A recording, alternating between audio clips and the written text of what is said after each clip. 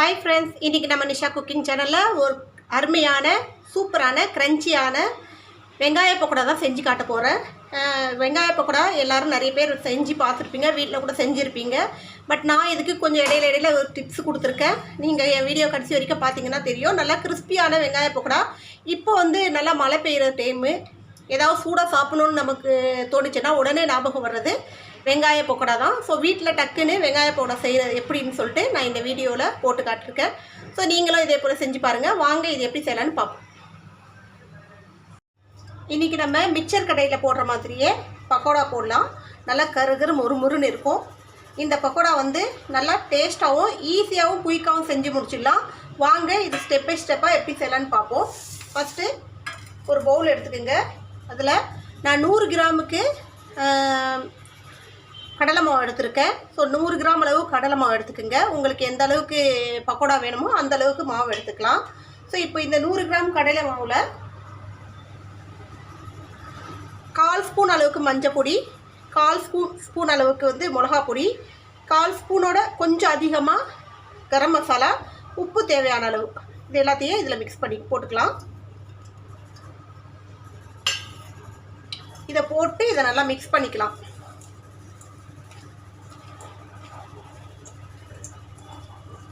இப்போ இது ஒரு பக்கமாக இருக்கட்டும். இதில் கொஞ்சோண்டு பூண்டு,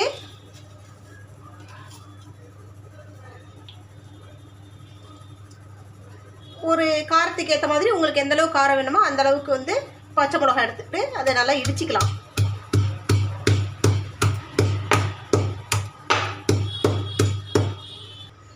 இந்த இடித்த விழுதை நம்ம இதில் போட்டுக்கலாம். இந்த மாதிரி தான் இடித்து போட்டால் நல்லாயிருக்கும்.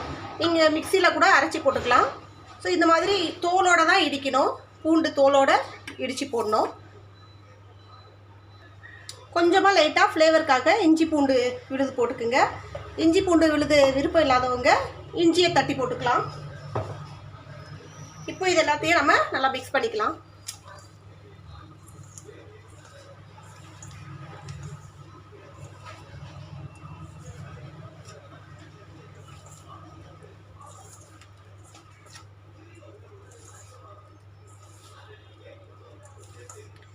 நூறு கிராம் மாவு எடுத்துருக்கிறதுனால நான் அந்த அளவுக்கு இந்த மசாலாலாம் போட்டிருக்கேன்.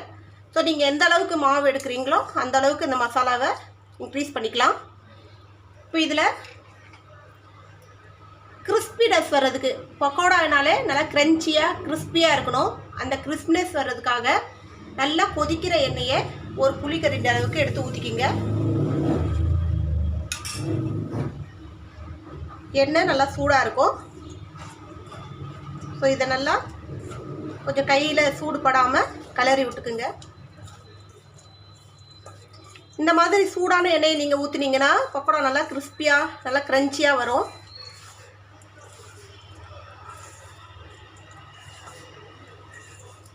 இப்போ இந்த எண்ணெயோடு சேர்த்து இந்த மாவையும் நல்லா பிசைஞ்சிக்கணும். எந்த அளவுக்கு மாவை நீங்கள் இந்த எண்ணெயோடு நல்லா மிங்கிள் ஆக்குறீங்களோ அந்த அளவுக்கு பக்கோடா நல்லா கிறிஸ்பியாக வரும்.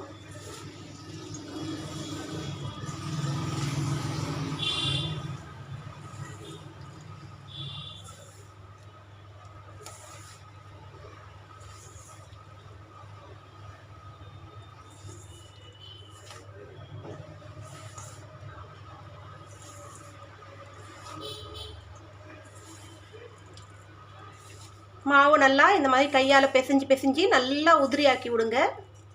நல்லா இந்த கெட்டியாக பிடிச்சி பிசையணும். நிறைய மாவு இருந்துச்சுன்னா 2 கையால் நல்லா பிசைஞ்சு விடுங்க. நல்லா 2 கையிலையும் நடுவில் மாவு வச்சு நல்லா தேய்ச்சி விடணும்.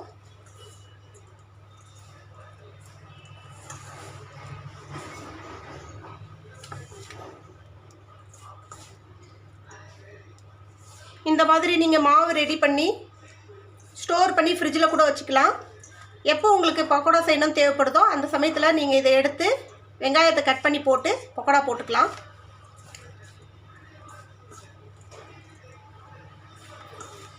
நல்லா ஏர் டைட் பாக்ஸில் போட்டு ஸ்டோர் பண்ணி வச்சுருங்க ஃப்ரிட்ஜில். கிட்டத்தட்ட ஒரு மாதம் வரைக்கும் கெட்டு போகாமல் இருக்கும்.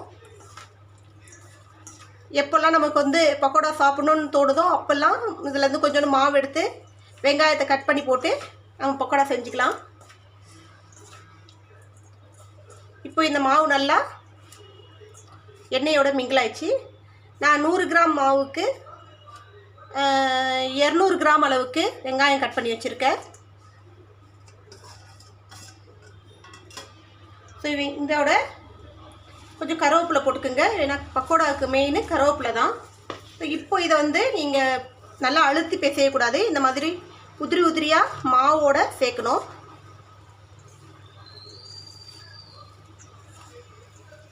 தண்ணி எதுவும் ஊற்றாதீங்க. நமக்கு வந்து தண்ணி வந்து ரொம்ப ட்ரையாக இருந்துச்சுன்னா தேவைப்பட்டுச்சுன்னா கொஞ்சோண்டு தெளித்து எடுத்துக்கலாம். இந்த வெங்காயத்துலேருந்து வர தண்ணியே இதுக்கு போதுமானது. ஸோ உப்பு எல்லாம் பார்த்துக்குங்க, இந்த சமயத்தில் உப்பு பார்த்து உப்பு போட்டுக்கலாம். ஸோ இது நல்லா அழுத்தி பிசையக்கூடாது, இந்த மாதிரி உதிரி உதிரியாக இந்த மாதிரி பிசையணும்.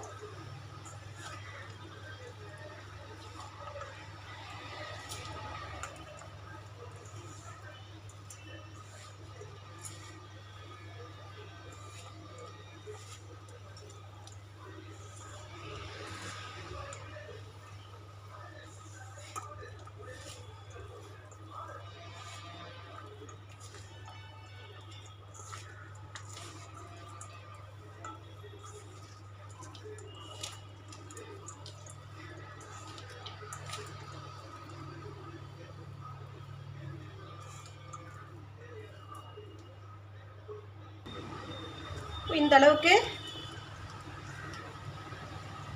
வெங்காயம் ஃபுல்லாக மாவோட கலந்துச்சு. பட் இது கொஞ்சம் ட்ரையாக இருக்கிறதுனால லைட்டாக நம்ம தண்ணியை தெளிச்சிக்கலாம்.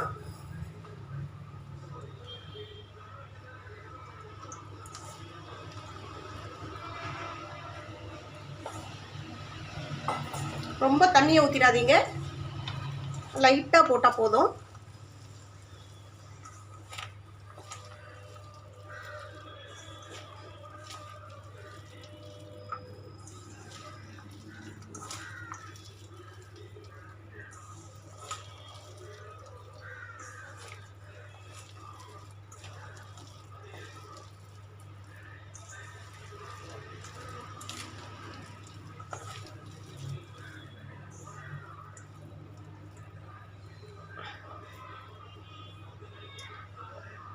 அவ்வளோதான். இப்போ அடுத்த ப்ராசஸ் பார்க்கலாம். இப்போ எண்ணெய் சட்டியில் எண்ணெய் ஊற்றி எண்ணெய் நல்லா கொதிக்கணும். நல்லா கொதிக்க கொதிக்க இருக்கும்போது, எண்ணெய் நல்லா சூடாக இருக்கும்போது தான் பக்கோடா வந்து டக்குன்னு நமக்கு வந்து நல்லா கிறிஸ்பியாக பொரியும். இப்போ இந்த பக்கோடா நம்ம பிசைஞ்சு வச்சுருக்க மாவை இந்த மாதிரி எடுக்கும்போது இப்படி உதிரி உதிரியாக எடுத்து போடும்போது இந்த மாதிரி பிசைஞ்சு போடணும்.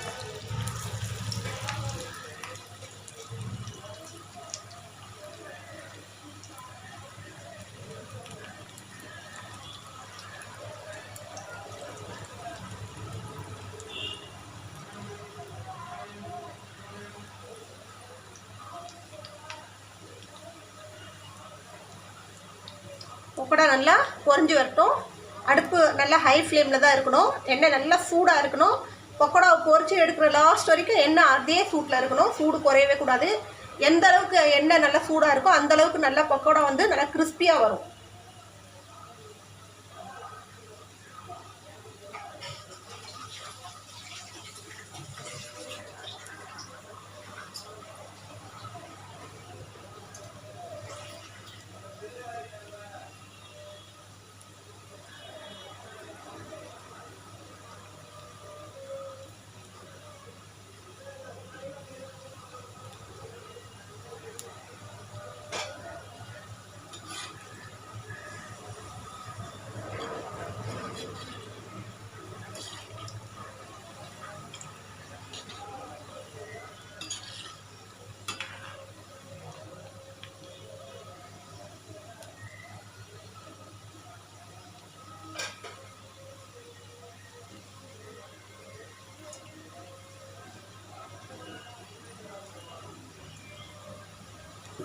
இந்த அளவுக்கு நல்ல பக்கோடா நல்லா பொரிஞ்சிடணும்.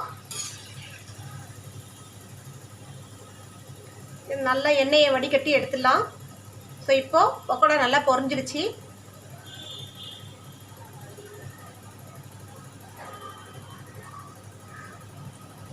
இந்த அளவுக்கு நல்லா ப்ரௌன் ஆகிடும். அந்த சலசலப்பெல்லாம் நல்லா நின்ன பிறகு தான் நம்ம பக்கோடா ரெடி ஆகிடுச்சின்னு அர்த்தம்.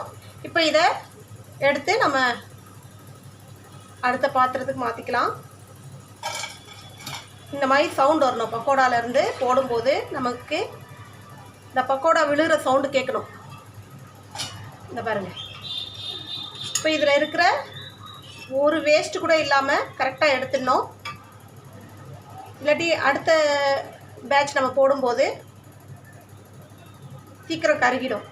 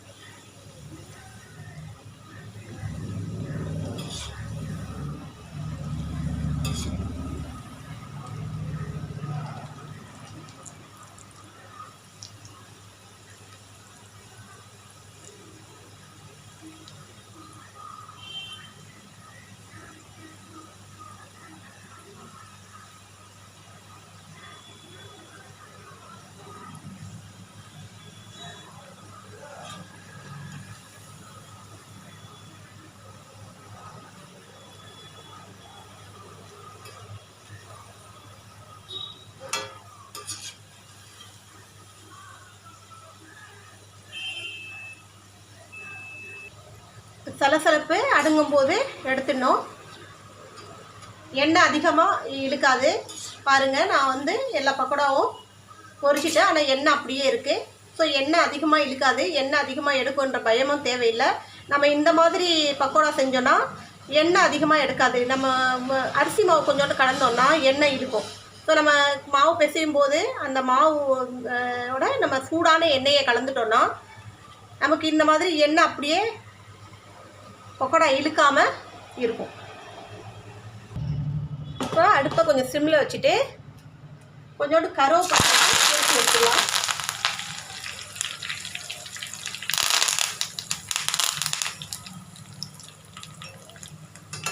இதுக்கு ஹைலைட்டே இந்த கருவேப்பிலை கடைசியாக பொரிச்சு போடுறது தான். இதை நல்லா முருவலாக பொரிச்சு போட்டோன்னா கருவேப்பிலை வந்து பக்கோடாவோட சேர்த்து சாப்பிடும்போது நல்லா டேஸ்ட்டாக இருக்கும்.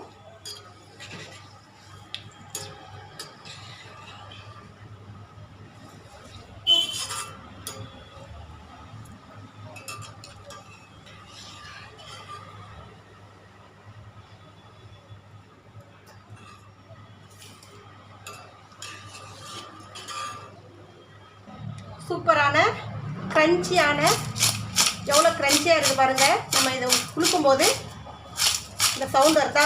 இந்த அளவுக்கு நல்லா க்ரன்ச்சியாக சூப்பரான பக்கோடா ரெடி ஆகிடுச்சு. இதே போல் பக்கோடா நீங்களும் வீட்டில் செஞ்சு பாருங்கள்.